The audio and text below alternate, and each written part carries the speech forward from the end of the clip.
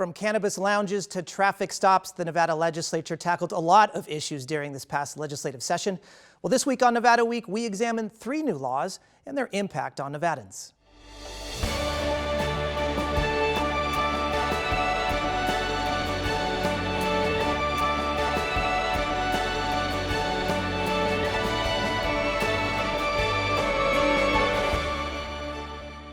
Support for Nevada Week is provided by Senator William H. Hernstedt and additional supporting sponsors. In this past legislative session, lawmakers addressed problems ranging from state budgets to health care. Well, this week on Nevada Week, we'll examine 3 very important bills passed by the legislature, including the decriminalization of traffic stops and new laws that address concerns of Nevada's Indigenous people. But we start with the law that allows cannabis lounges to be set up in the state. The Nevada Week team looked into how the lounges will work and what they mean for the growing cannabis industry. Legalized cannabis went on sale in Nevada in July 2017. However, the ballot question passed by voters in 2016 allowing its sale only let people consume marijuana in their homes. That left a big problem for visitors to the city who didn't have a place to legally consume it. We definitely used to get a lot of questions from customers, especially out-of-town customers, about where they could legally consume. Lisa Lawach is the general manager of Oasis Cannabis, a dispensary a few blocks off the Las Vegas Strip. When we would have tourists that came into town and asked where they could legally consume, we just have to guide them and letting them know that there really isn't a place for them to legally consume, and so they have to use their best judgment in trying to find that place. That problem was solved this year with Assembly Bill 341, which the legislature passed and Governor Steve Sisolak signed. Prior to this bill, there was no place where tourists or locals could legally consume unless they own their own home, and patients and consumers deserve access. Danny Baranowski is vice president and co-founder of the Chamber of Cannabis. She believes the new law helps address a problem for tourists and locals alike. If we're thinking about the Las Vegas Strip, I think if you walked down it, you can smell the cannabis, and that is because no one has an opportunity nowhere to consume it. The new law goes into effect in October. Cities and counties will make their own rules for the new lounges, but there will be restrictions on where they can be set up. We reached out to Metro for comment about the new lounges, but since the rules for the new businesses haven't been established, they did not want to comment. The new lounges will have to go through an approval process through the state's Cannabis Compliance Board. Some of the new lounge licenses will be set aside for applicants considered social equity applicants. The failed war on drugs has resulted in detrimental harm to a lot of different communities, especially minorities, people of color. The exact definition of social equity applicants is up to the Cannabis Board, but Baranowski says it's important that past inequalities surrounding cannabis are corrected.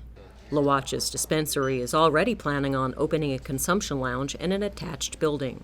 The plan is to have people buy here at Oasis and be able to be steps away from a consumption lounge once they buy. She believes the new law will allow the multi-million-dollar industry to grow even more. Consumption lounges really bring another area of growth for the cannabis industry.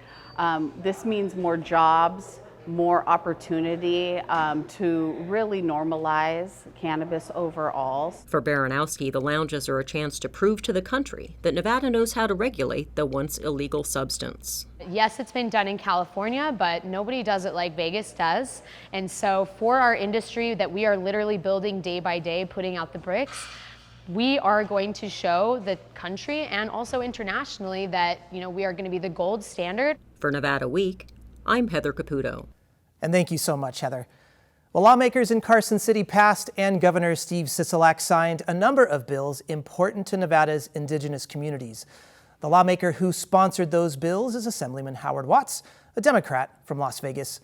Assembly Watts, thank you so much. We really appreciate having you here. And Thanks for having me, Kip. Absolutely. And I wanted to jump right in and let's talk about Assembly Bill 88, something that you sponsored, very important to Indigenous populations, and a lot of provisions in that bill, which is, something that we see a lot at the state level. What exactly is this bill going to do? Thanks. So Assembly Bill 88 does have a lot to it, but it all kind of falls under the general umbrella of addressing some of the racially discriminatory and derogatory aspects of our state's past. So one of the issues that had come up to me in conversations with Indigenous leaders is concerns about the use of Native American mascots, team names, and the impact that's had. We've seen those discussions held even at a national level with some of the pro sports teams renaming. And so we have a couple of teams here in the state of Nevada that used some of that imagery.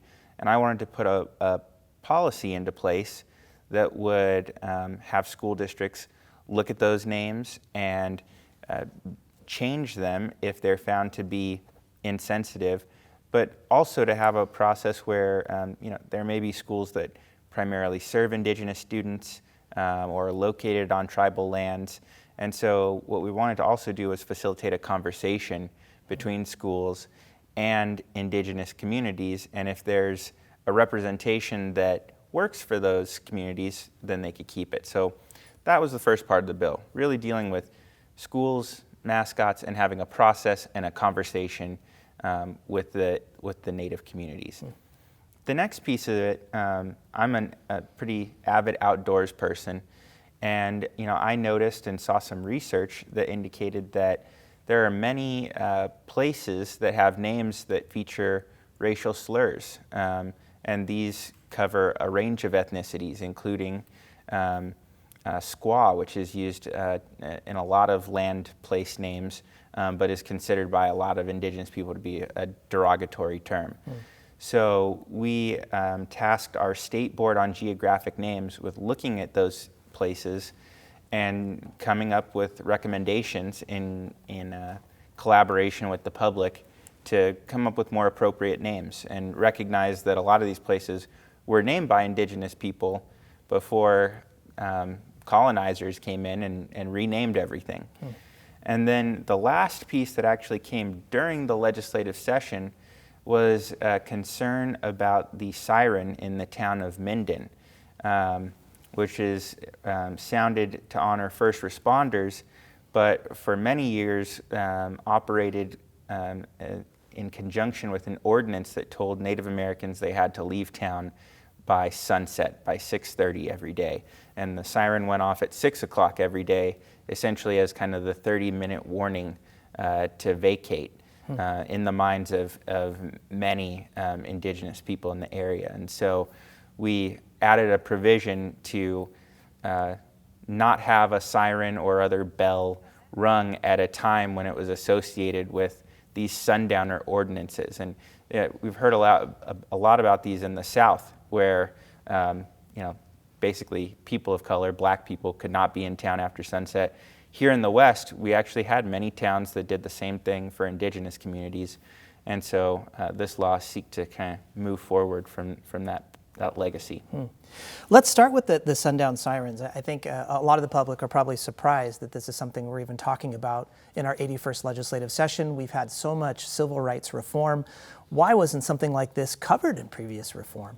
Well, again, we are constantly evolving and moving forward and addressing the fact that, we have a troubled past. And, just as we had discrimination in, South and across the country against black people, there's also significant discrimination against Native American people. And so, there was an ordinance on the books that said Native Americans had to be out of these towns at 6:30. They were probably unconstitutional, but they weren't actually removed until the 1970s. And then the relation that siren still had to people, and the Washoe tribe lives in and around that community. And to them, that siren still signifies that warning that it's time to leave. And so there's a lot of trauma there, and that's something that we were trying to address with that bill. And you mentioned the siren still exists. It's just at a different time now in Minden. Is that correct? Yeah. So the Washoe tribe's been trying for a long time to negotiate with the town of Minden to move the sounding of that siren to a time that they feel would be more appropriate. And after this bill was passed and signed into law, they finally reached an agreement to move the time further away from that 6 o'clock, 30-minute warning to get out before sundown. And as you mentioned before, this is very important because this is not the law is this and it is a definitive ban on some of these things. This is about negotiating with some of the indigenous communities to come to an agreement. And I wanted to go to the first part of the bill that you talked about too, decision-making process for a name or potentially a mascot. You mentioned school districts then. Is it falling on their board of trustees to make these decisions? Yes, so I did get some people that reached out and expressed their displeasure and thought that I was choosing single-handedly what mascots or team names were going to exist or not. It's not for me to decide. What we wanted to do is have every school district create a policy where if somebody feels that a name or identifier for a team's inappropriate, they could bring something forward to the school district. They would have an open, transparent process to discuss it, to hear about the pros and cons and perspective, and then be able to make a decision on it, because a lot of the problems have happened because there wasn't a process in place.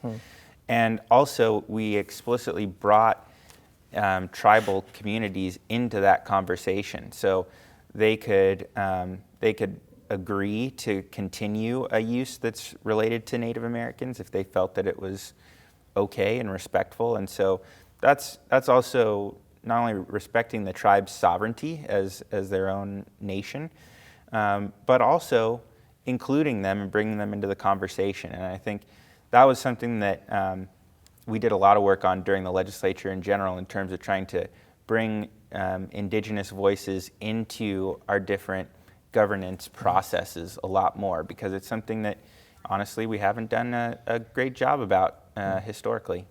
Let's talk about those Indigenous voices. This is very, very important. Of course, we're talking about a very specific bill that impacts Indigenous populations, as you mentioned, inclusive to other ethnicities as well. A lot of bigger bills passed, more wide-reaching bills. Were there some bills particularly you think really, really impact Indigenous communities that aren't necessarily directly related to Indigenous communities? Sure. Well, one that I can think of for sure is some of the voting rights legislation that's been passed. We made some of the changes to mail everybody a ballot while keeping our early vote system permanent. And that just makes sure everyone has options. And some of these tribal reservations are fairly remote. We've worked to try and make it easier for them to get in-person polling places so that they don't have to drive sometimes hours to another community. But making sure that everyone gets a mail ballot without having to request one, I think that adds to increasing access to civic engagement for those communities, which we've heard a lot is very important. We expanded our automatic voter registration system and allow potentially tribal agencies to become automatic voter registration entities, so that as people are interacting with their tribal governments, their voter registration is getting entered into the system or updated when they move. Again, and that makes sure that they're getting information about the elections that are happening. So that's one example that I can think of that's really important. Our investments in education are hugely important. There was a bill specifically to create a tuition waiver program for Indigenous people in the state. But I think all of our investments in education are another huge thing that we can do to help Indigenous communities here in the state. And as you mentioned, a lot of moves legislatively towards education in our last session as well. We got about a minute left. Let's talk about the future. Some key issues that you're looking at for our next legislative session, potentially, or our next couple. Well, I think when it comes to Indigenous issues, first of all, I'd love to see some more Indigenous representation in the legislature. So I think that's important. I think, again, continuing to work on issues related to education, to work on issues related to healthcare, are critical next steps to help make sure that we're addressing some of the legacy with our Indigenous communities and continuing to have these conversations about the practices of the past and making sure that we're adjusting for the future. Assemblyman Watts, thank you so much. We really appreciate your time. Thanks for having me again, Kip. Now, besides legalizing cannabis lounges and addressing the needs of Nevada's Native American communities, lawmakers decriminalized some types of traffic stops. The Nevada Week team talked to Chuck Calloway from Las Vegas Metro Police about the new law. Assembly Bill 116 makes most traffic offenses civil infractions rather than criminal infractions, which they currently are under the law. Under AB 116, rolling through a stop sign or minor speeding will be a civil citation, but more serious traffic offenses like DUI will still be criminal. If we see someone violating the law, whether they're in a vehicle speeding or whatever their actions are, especially if it rises to the level where it's a safety issue, our officers are going to enforce that and take action, regardless of whether it's a civil infraction or whether it's a criminal infraction. The law doesn't prevent officers from pulling someone over. The demerit system is also still in place, which means bad drivers will still face consequences like having their licenses taken away. Key provisions in the law don't go into effect until 2023. Metro will continue to enforce traffic violations as criminal for the time being. We're going to be preparing for this and changing our policies and educating our officers so that when the date does arrive, we'll be prepared to switch over to the civil infraction mode. Supporters of the law argued a criminal charge for a minor traffic violation can lead to a cycle of fines, fees, and possible jail time for a minor infraction. Calloway agreed that changing the law is a better approach. In the big scheme of things, it makes sense to make these a civil infraction. A lot of other states have gone that way and done it. We're one of a few that haven't gone that direction. But as far as the revolving door you're talking about, I do think that when people get incarcerated for a traffic offense, it can affect their work and can affect their livelihood. Under the law, people who get a traffic citation will still have to pay a fine, but the fines and fees are capped. For Nevada Week, I'm Natalie Cullen. For those looking to reform criminal justice system, this was a very big step. Joining us to talk about what it means for those larger efforts is Michelle Rindles, a reporter with the Nevada Independent. Michelle, thank you so much for joining us again. We really appreciate it. Virtually, of course. I need to note that you are traveling around the state. We promise we will have you in studio at some point in the future. But let's get to this bill right here. And why is this bill so important to advocates of criminal justice here in the state? Yeah, so advocates are really concerned that we've created a system that's like a debtor's prison. And if you're poor and you just can't pay the traffic ticket, or you decided to pay your rent instead of your overdue traffic ticket, you're liable to get stopped by the police, get picked up, be sent to jail, and have an even larger problem on your hands. That's potentially losing your job or being away from your children with no childcare. So people have been working on this for the better part of a decade. Trying to get away from a system where a traffic ticket that's unpaid could escalate into an arrest and get you in jail. They finally succeeded on the fifth try in the 2021 session that just ended. And folks are hoping that, if you can take some of these lower level offenses and just have them addressed by a fine and a collection agency, at least we're not considering taking people's freedom and potentially livelihood away over a tail light or a cell phone while driving violation. Yeah, and let's talk about this aspect of the cost of traffic tickets here. And as you said, that there really is a struggle here of exactly what do you pay for. Let's specifically talk about then this economic justice aspect of this. This bill isn't doing anything, I don't think, to reduce the amount of penalties that you might incur in traffic violations, or is it? There is a cap that the fines can't be more than $500, but I'm not sure if that's really a dramatic change from what we see in the law.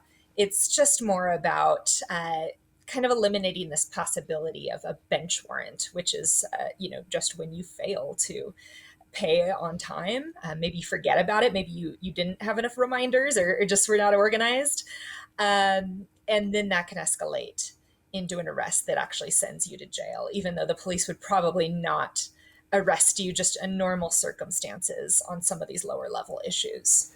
And the bill and that provision you're mentioning right there, that the bench warrants does not take effect until 2023. You talk to us a little bit about what that means from now until then. And let's say that you don't have a bench warrant now, but you do have a bench warrant sometime in 2022. Is that still applicable then? Yes, it's important that you don't think that this is immediately effective, because if you have a bench warrant that's out in your name, you could still get picked up in this intervening year and a half. You could still go to jail over that. On January 1st, 2023, the bill says that courts are supposed to cancel all bench warrants that are outstanding. My understanding is there's hundreds of thousands of these in Nevada. They'll cancel them, but that's a year and a half away. So anytime you're out on the road, and you are stopped by police, you are liable to get arrested over this unpaid traffic ticket. So you're advised to check, let's say you're in Las Vegas, check the Las Vegas Justice Court website, see if you have an outstanding warrant, if you're in your name. If you remember that you had a ticket, you need to really address it before it actually does lead to these consequences, or you're just kind of playing the lottery there. Playing with the lottery, and let's talk about those that might be incarcerated from warrants and then into incarceration then. Is there any provision in the bill that if you are unfortunately in jail over this, again, when this bill takes effect, this part of the bill takes effect in 2023, does that then release you from prison? I think on January 1st, 2023, the warrants are canceled. I'm not sure that if you're actually in jail on, New Year's Eve, what that means for you in this situation. But I think one of the important things to take into account is that potentially some jurisdictions are going to start moving towards this paradigm earlier than the bill says they absolutely have to. Prosecutors in the intervening time have the latitude to kind of treat these with more grace than they have been previously, kind of in anticipation that this is the policy of the state of Nevada. There's this year and a half amount of time that courts and municipal governments are given time to make this adjustment, but this is the direction the state is heading. And so I think we may see some jurisdictions start to sort of implement these practices earlier than January 1st, 2023. It would make sense, and then it's just flipping the switch on January 1st on 2023, as you mentioned. But I guess that leads to the question of what kind of burden is this putting on municipal governments? What kind of burden is this maybe putting on the courts, both in the transition here, but then once we do reach January 1st, 2023, is this a more increased burden or a less increased burden for our municipal governments? So this was the sticking point, and really has been the big sticking point over the past decade that this legislation kind of has been in play, is what is the effect going to be on local governments that really depend on having the possibility of jail kind of as a prospect to incentivize people to pay their traffic tickets. So a lot of the municipal governments did submit estimates to the legislature that say, it's going to cost $20 million because we're going to have no power to collect any of these traffic tickets. People are just going to blow them off. I think that advocates will say people are not just going to ignore them. It's not that they don't want to pay them. It's that they're having to make these tough decisions. They also point to the idea that there could be collection agencies involved. Proponents say Carson City has implemented a similar system as the bill calls for and has seen more collections come about because there's maybe someone reminding the people that they have their debt outstanding. Throughout the legislative session, there was a request on the table for fiscal notes, basically estimates of the bill's cost from these municipal governments that were updated and really took into account kind of cost savings from not arresting people and balancing that with maybe the cost of maybe not recouping all the fines that you have under the previous paradigm. We really didn't get a lot of response to that kind of inquiry. there weren't very many municipal governments that updated or ran that analysis. So I think it's still a big open question about what are the collection rates going to look like under this new paradigm. There's also the implementation costs of kind of changing the computer systems and the ticketing systems to sort of reflect this new law. So there is a cost of making this transition. I think advocates are really hoping that that will ultimately see a savings in the cost that we spend really kind of throwing the book at people who have not paid their traffic tickets on time. Yeah, so more efficient all the way around is what we're hoping for. And of course, January 1st, 2023 will tell us a lot more after that. Well, Michelle, thank you so much. We really appreciate your time. And thank you, as always, for joining us this week on Nevada Week. For any of the resources discussed on this show, please visit our website at vegaspbs.org/Nevada Week. You can also find us on social media at Nevada Week. Thanks again, and we'll see you next week.